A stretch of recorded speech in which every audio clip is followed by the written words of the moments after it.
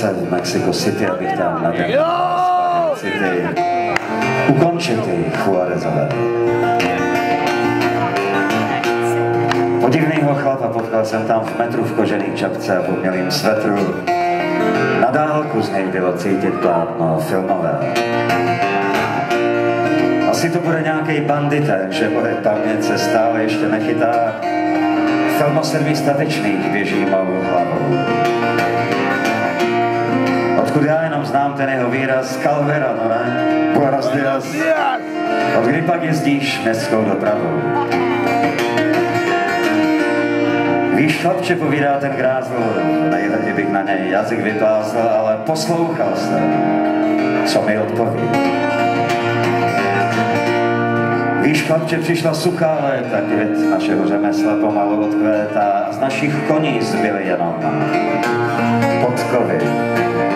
Kdybych měl v rukou justici a mahou policejní stanici, v rukavičkách bych chodil po kraji. Jednou tam a jednou sem, pomalu bych vydrancoval celou zem. Jednou tam a jednou sem,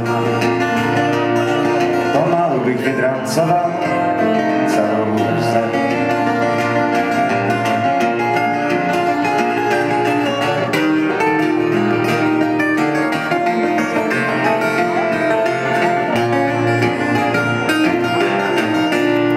Můj kolektiv dneska těžko schrastí práci, drancování v malém už se nevyplácí. Nestojí za námi odbory a tak. Ze světa teď sice přišlo dosti žrádla, ale když já byl na letišti, tak přistávala obinadla. A tak teď po večerech stojím v metru jako saniták. Abych řekl pravdu, už si nevím rady, pomalu řídnou naše řady. Tak je nás vlastně stále míň a míň. Mnozí chlapci už přesluhují a mladí se těžko rekrutují. Náš život není jako spáten kin. Kdybych měl v rukou justici a malou policejní stanici, v rukavičkách bych chodil po kraji. Jednou tam a jednou sem, pomalu bych vydrancoval celou zem. Jednou tam a jednou sem, pomalu bych vydrancoval celou zem.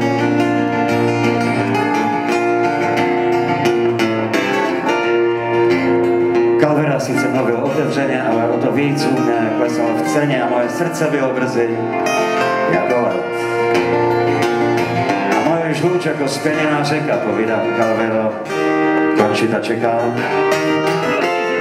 Jsem americký agent, pomohli se naposlat.